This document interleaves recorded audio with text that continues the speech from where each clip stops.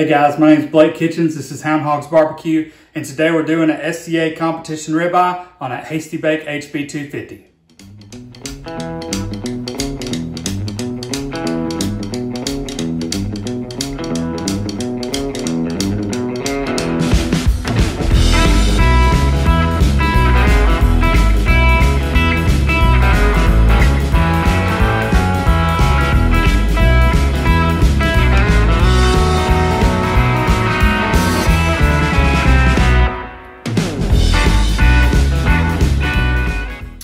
So today I'm going to do a SCA competition ribeye recipe. Now here's my one disclaimer. There are some things that I learned myself through John Lindsay's Barbecue Champs Academy class, and I don't want to give away his stuff. He makes money doing that class and I paid for it, and it's not my property. So if it's something that I specifically learned from him that I didn't know or haven't figured out on my own, I'm not going to talk about it, but for the most part, I am going to give you an entire recipe for a competition ribeye steak on the HB250. So the first thing we're going to do is we're going to get these things trimmed up. I'll have you come in and watch closer, and then we'll get it seasoned up and get it put on the grill. All right, so today I've got two ribeyes. One of them is a tri-heart, one of them is not, and so let's go ahead and take a look at them. Now all I'm going to do really, and I'm eating this. Normally in a competition I would probably take that off because it's a little unpredictable.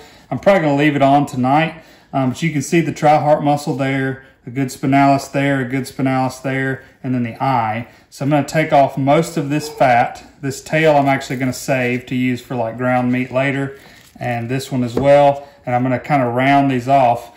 People get a little bit upset sometimes if you start talking about cutting the tail off, but fat is unpredictable. It doesn't cook the same way meat does, and it likes to char really easily.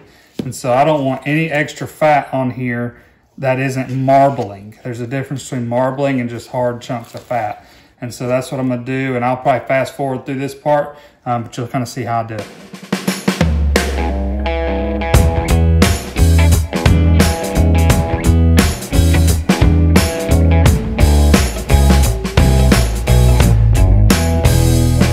So as you can see here, my spinalis is right here.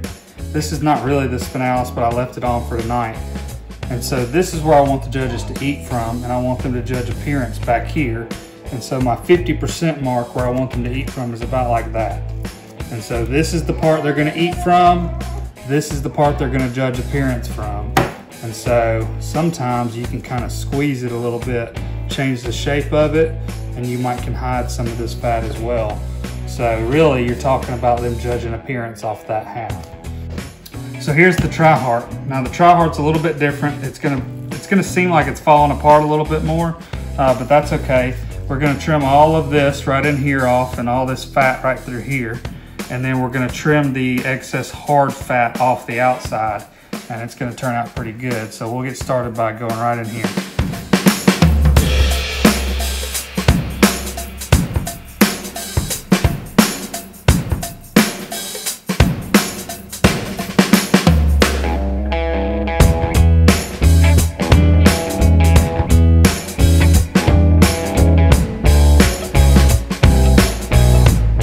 So here's the tri-heart steak done. Now, we want them to eat from down here, so our appearance portion is going to be this side right here. I might get a little bit more anal about it if I was actually at a competition, but this is pretty good for practicing at home. Typically the trimming, you know, I don't spend too much time at home doing it because every steak's different. So we're going to start putting toothpicks in these things, get them tied up, get them seasoned, and we'll get them on the grill.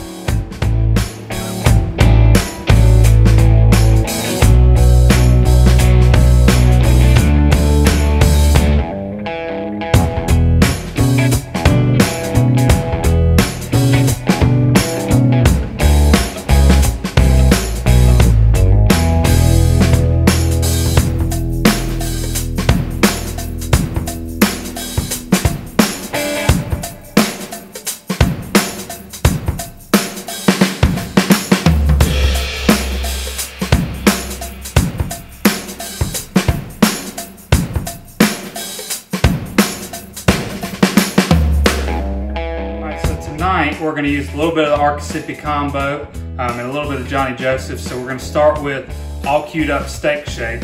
Now typically at a competition, This will definitely be the first one to go on because it is kind of your salt base.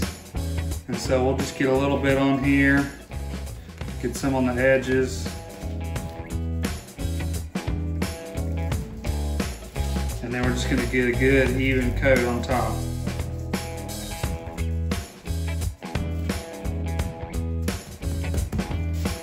Flip it over.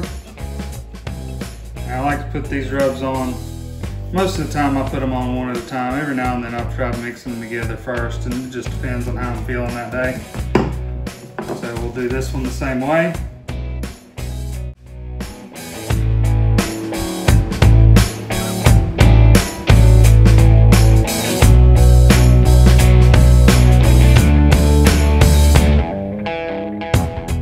All right, now let's do a little bit of Hottie Toddy's 38 Special.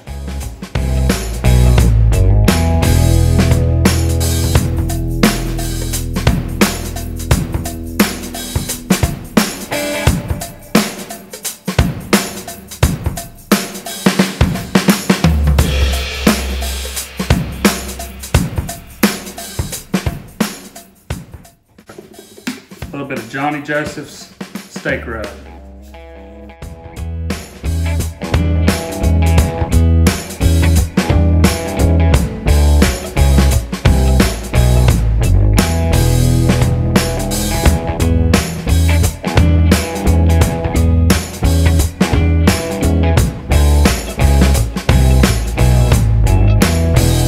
Got our rubs on. We're going to let them sit while we fire up the Hasty Bake.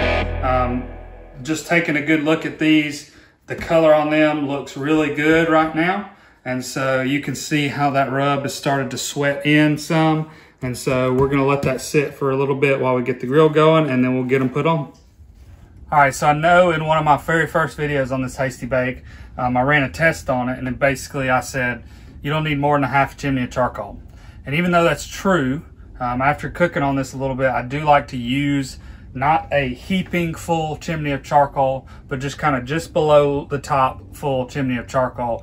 That way, if it does cool down a little bit, when I run it a little longer than I used to run a kettle, I got a little bit of extra fuel to stay in there and burn for a longer burn time. So what I'm gonna do is I'm gonna fill it up just below the top. I've got one tumbleweed in the bottom. You don't have to use two like you see all these people do. One lights the chimney just as well, save you some money, and then we'll get it put in.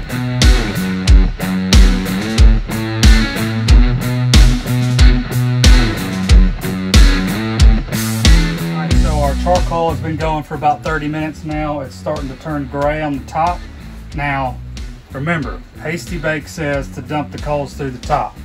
I'm not gonna do that, but you should probably do that. It seems a little safer.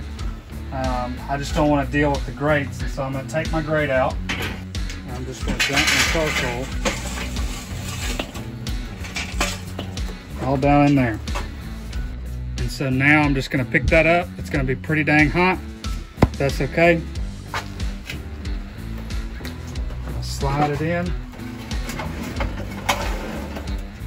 I'm gonna close my door. You gotta do that pretty quick because even with these gloves on, it gets pretty warm. I'm gonna open one vent all the way up, and I'm gonna open the back vent about halfway. It's only one vent on the back.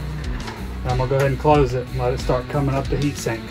We'll be back out in about 10 minutes. All right, so we are running about 550 degrees in here. We're gonna go ahead and get the steak on, and we're gonna put it on for 1 minute and 20 seconds. Then we'll do a quarter turn. We've got a Hasty Bake weight here, which is about 1.5 pounds. Some people think you need more. It's giving us good results like this. And so let's get this thing to cooking.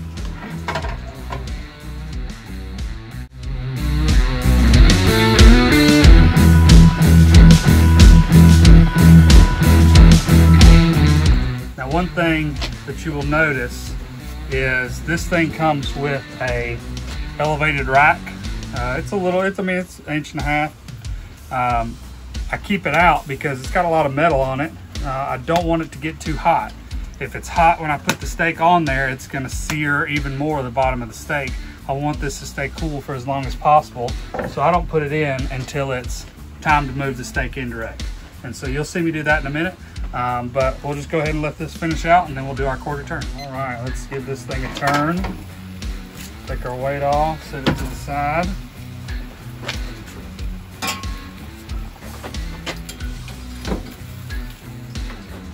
By the way, we're using avocado oil.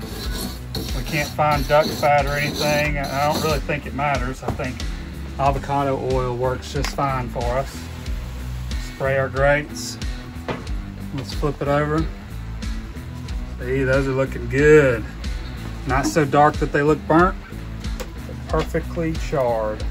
And I'm gonna turn my steak to about 2 o'clock.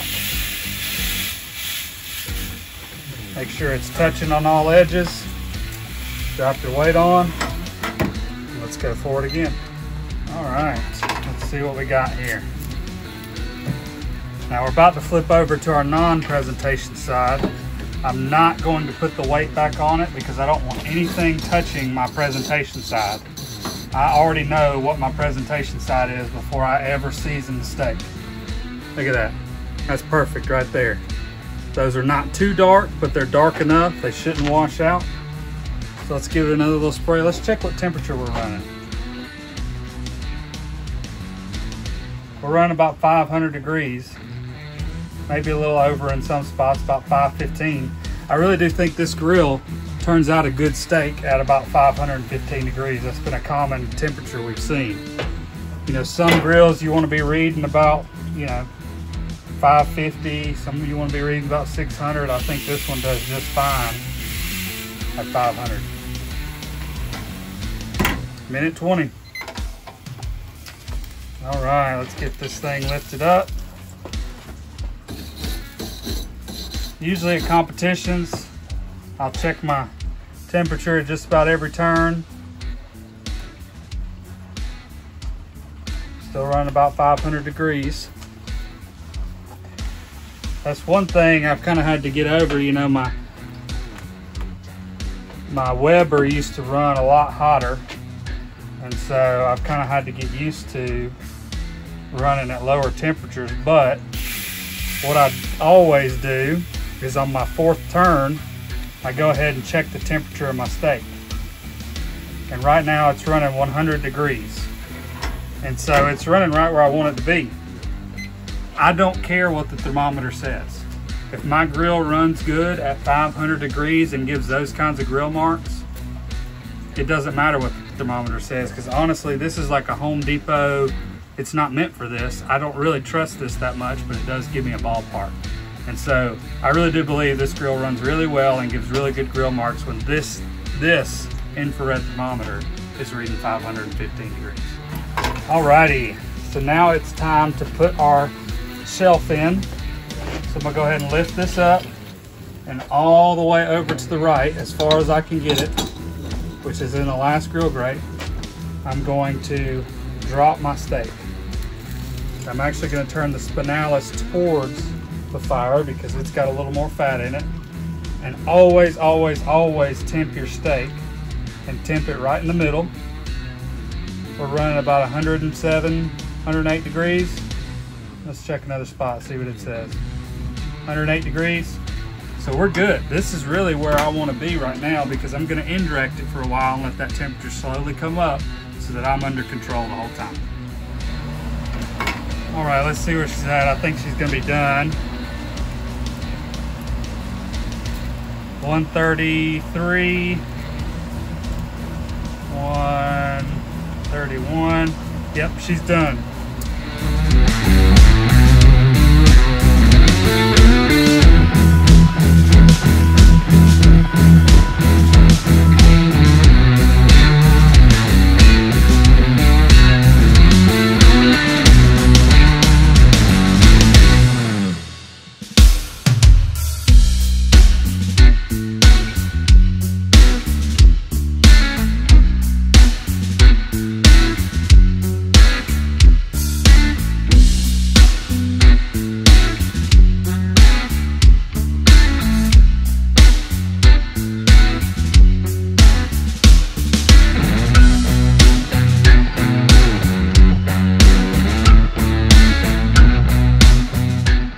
So on this one, I'm going to hide the split right here below the cut line. So I'm gonna actually leave the cut line like right here.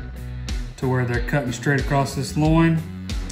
So this is where I'd have the front of the box at. They come in and cut just like this. And that, I mean, in this light, that looks like a true medium. I don't see any purple. Brina was telling me earlier that the camera makes it look a little more purple. In our light, this is solid pink because we pulled off at the same temperature. So let's go ahead and give it a taste real quick and see what we think. All right, so the judges are gonna cut like this. Tenderness actually seems pretty good. And they're just gonna take a bite, maybe a little smaller than this.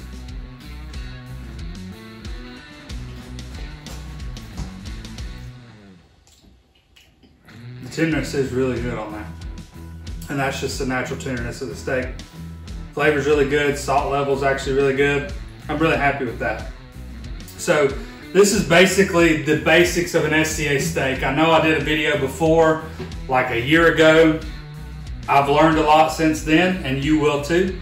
So hopefully this video helps you learn how to cook an SCA steak better. But guys, you really gotta get out there, try that competition, do something a little bit different, and good luck as you do. But other than that, guys, go out and cook something new.